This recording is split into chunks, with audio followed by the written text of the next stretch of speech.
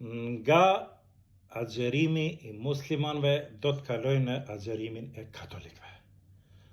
Apropo, për publikun, une nuk jam fetar, une nuk besoj në asnjë fe, une besoj vetëm në Zotin e lëm, i cili është mbi të gjithë.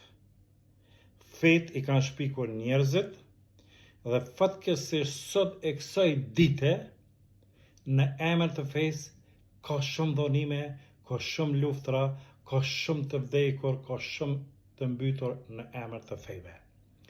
Dhe kështu që si rrjedhoj e asaj, Zoti nuk ka fe. Zoti nuk ka fe. Ai është kapaku i çdo krijese që merr frymë dhe i atyre që nuk marrin frymë. Domethënë është mbi të gjithë.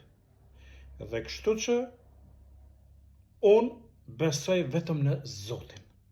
Kurse sa i përket agjerimit, e ka jep shkenca, e jepin doktorët austriak, doktorët botror, që është gjëja më mirë për trupin e njeriut që të agjeroj.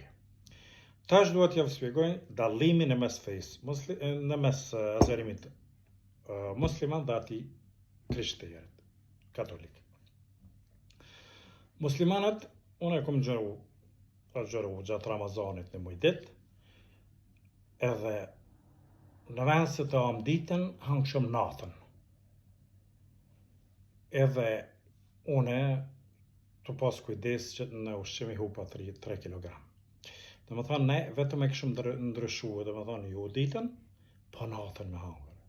Edhe kështu që gjithë ditën, shqiptarët, musliman, ata të Kosovës, 90% prej tyre, mbrëmje han, iftar, buk, pitet, pasol, gjithat mirat, ja futin në për kafe të lujt me gure me shat deri në sofër, kthehen edhe një herë han njëtën san, edhe ja futin gjumë deri dikon 3-4 me mbrëmjes, edhe kështu që me sheqer, me golesterin, me zemër, me gjithë të zezat janë gjesin gjatë mujtë Ramazan.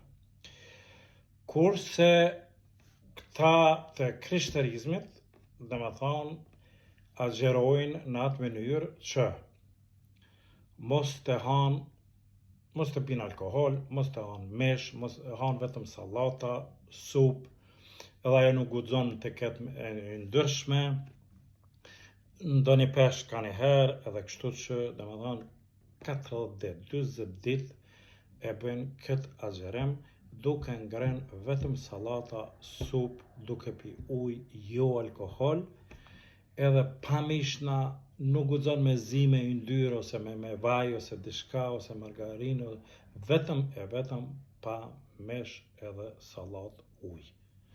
Kjo është agjerimi të krishterizmi, kurse të mos vetëm një spjegova, ta shohin që po ndodh tash.